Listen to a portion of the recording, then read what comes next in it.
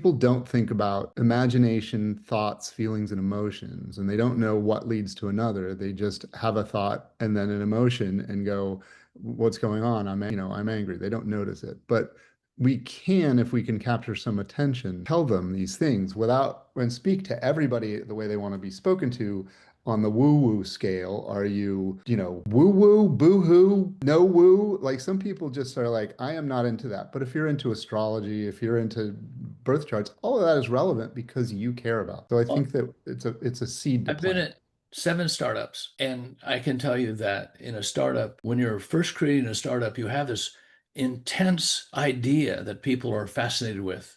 There are no really roles except that the CEO or project manager, his job is to keep the vision alive. But all Yep. the people see the benefit of working together. I don't see much evidence of that today in general, but it's something that discovery that a group working together has is quite different than having a conversation with a bot, from my perception of what I've been able to see. Yeah, it's there is a lot of research out there, and MIT is, like talking about future self continuity and being able to imagine your future self already just increases your well-being in and like there's a lot out there, but like AI, this is still new. So how can we start and not worry about that too much and get people some value while we build the thing with, all the ethical right, everything we can do, because that's what this self-actual is about self-actualization. The organizations that benefit from it are almost a side Well, product. with some motivational factors, which are very complex. Yeah, for sure. They call them the anti-personality things. If it's not personality, it's motivation, as we Yep. say. I see Well, thank you Craig for your answer. Martin is on the call. Craig, this is Bill, exactly the thank area. you. Let's definitely continue this. Let me see, where is Craig? Craig, perhaps this is exactly the area you're working in as well. Yes, it is. Hi, Craig. Hi.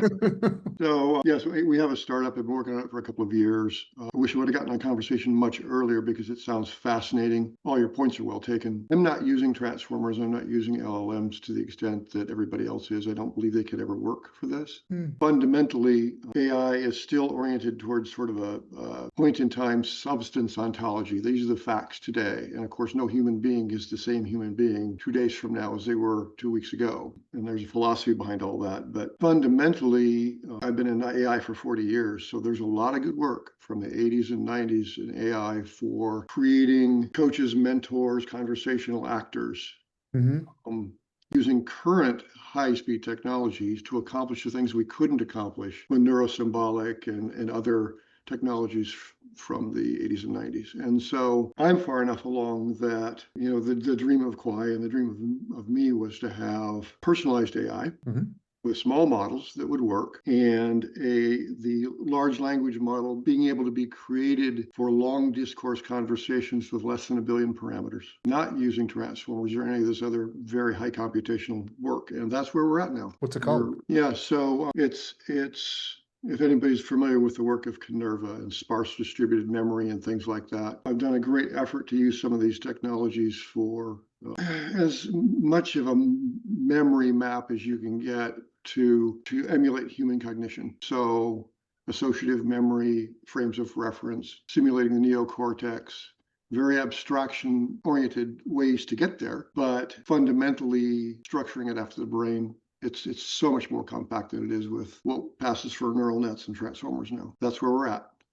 Right. And that's where, and it's sort of the part that where this premise works, especially, is that the value can be sold to an HR and L&D person, not to an entire, doesn't have to be the CIO right out of the bat, because you couldn't really point at a person, as you guys know, that would say, should you own this data? Yes, I should own that data. Even from the CEO down to the janitor is going to be, yeah, I should own that data. But as we know, a lot of people just don't know how to own it and what that means. And the interfaces to actually manage it, that's going to be complex, right? Which is why it takes funding to get there. Yeah, it does. It's not, our premise is that the person that's in that conversation owns that data. The information that's embedded in that with regard to the corporation is their data, and the way the system is, without keys to both, you can't understand both sides of the conversation. Right. So we're trying to have it both ways. Corporation owns the work product, the private stuff in the conversations about how do I deal with burnout at my job because my boss is a jerk kind of stuff. Right. That's split. But because it's a sparse distributed memory system, you can add them together as much as you want to and then separate them out, and nobody can really tell the difference. That's going to be a key piece. Obviously, you're talking about a bus of information. I worked for Tibco, the information bus company.